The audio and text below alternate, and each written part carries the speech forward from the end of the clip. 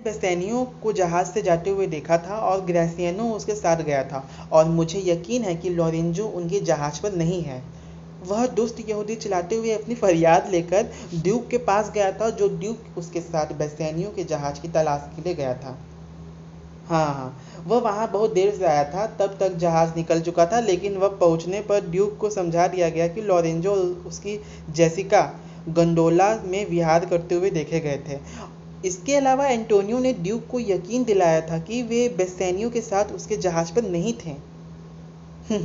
इतने भ्रमित, इतने अजीब, चौंका देने वाले, लगातार परिवर्तनशील बर्ताव को जिस तरह से कुत्ते की भांति वह यहूदी सड़कों पर कर रहा था, उस तरह की भावनाओं के बारे में मैंने कभी नहीं सुना था।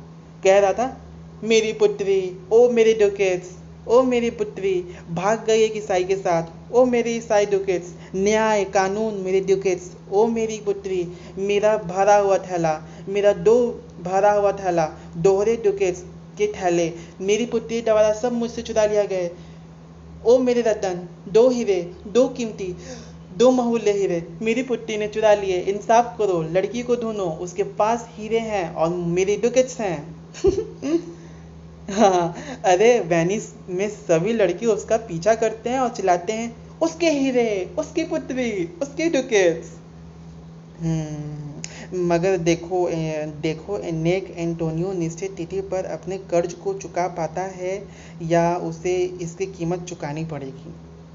हाँ, अच्छा याद दिलाया। बीते कल मेरी एक फ्रांसीसी से बात हुई थी, जिसने मुझे बताया था कि हमारे देश का एक जहाज, जो कि पूरी तरह से भरा हुआ था, समुद्र के एक संकरे भाग को, जो फ्रांस और इंग्लैंड के बीच में है, ध्वस्त हो गया। जब उसने मुझे यह बताया था तो मुझे एंटोनियो का ख्याल आया था, और मैंने चुपचाप मन ही मन यही चाहा था कि जहाज उसका ना हो। सबसे बेहतर यह होता कि तुम जो सुना है वह एंटोनियो को बताते, लेकिन ऐसा अचानक से मत करना, क्योंकि इससे उसे दुख हो सकता है। उसके जैसा दयालु आदमी धरती पर नहीं होगा। मैंने बेस्सेनियो और एंटोनियो को अलग होते हुए देखा था। बेस्सेनियो ने उससे कहा था कि वह जल्द वापस लौटने की कोशिश करेगा। तब एंटोनियो ने उत्तर दिया था, ऐसा करने की ज़रूरत नहीं है मेरे लिए, तुम अपने काम में जल्दबाजी मत करना बेस्सेनियो, और तब तक रुकना जब तक कि काम पूरा ना हो जाए, और अपने प्यार भरे दिमाग से उस यहूदी के उस बॉन्ड के बारे में जो उसने मेरे साथ किया है सोचना भी मत। खुश रहना, और अपने दिमाग में सबसे ज़्यादा महत्व इस बात को देना कि विवाह के लिए तुम आगे कैसे बढ़ सकते हो, और प्यार की इस ऐसी ही अच्छी बातों को बारे में सोचना जिससे तुम आसानी से वहाँ पहुँच जाओ। और वहाँ भी उसकी आंखें आंसुओं से भरी थीं। अपना मुंह मोड़ते हुए उसने अपने हाथ को उसके पीछे रख दिया, और अद्भुत लगाव से संवेदना के साथ उसने बेस्सेनियो के हाथ को दबाया, और इस तरह से अलग हुए थे।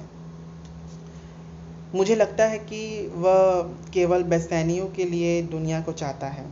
मैं उसके लिए प्रार्थना करूँगा। हमें चलना चाहिए और उसे ढूंढना चाहिए, और उसकी सी खुशी का अन्य तरीके से उसके इस भारीपन को दूर करना चाहिए। चलो, हम ऐसा ही करते हैं।